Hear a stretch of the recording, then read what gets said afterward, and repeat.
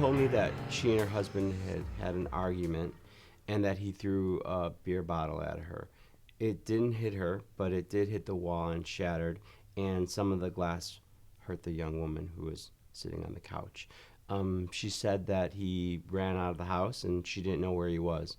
Officer Helper, did you fill out an incident report concerning your observations and actions that evening? Yes, I did.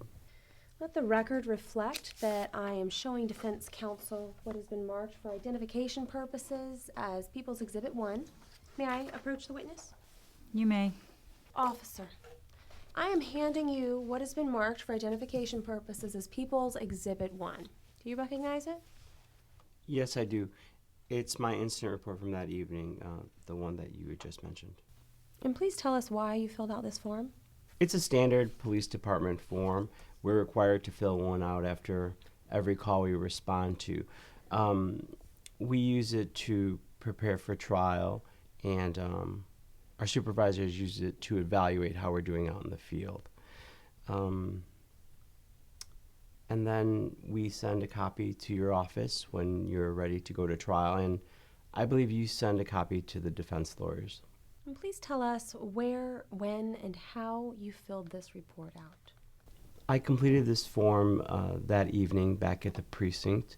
I just was at a workstation and filled it out with pen. I wrote down everything that I could remember because it was all still fresh in my mind. And without telling us the contents of this report, would you please tell us the type of general information contained in a report like this? Well, actually, I filled out 2 reports that evening. This one briefly describes Mrs. Smith's general appearance as I saw her. Your Honor, we offer People's Exhibit 1. Objection, Your Honor. That report is pure hearsay. Your Honor, the officer's testimony about the report establishes that it is admissible as a business record under 8036 and as a public record under 8038.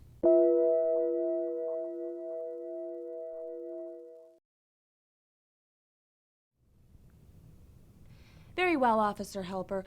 Would you please read from the section of the report in which you describe Mrs. Smith's injuries? I object to that procedure as well, Your Honor. The report is still hearsay, and the prosecutor is simply trying to circumvent your previous ruling. Your Honor, the testimony of Officer Helper establishes that this report is a past recorded recollection.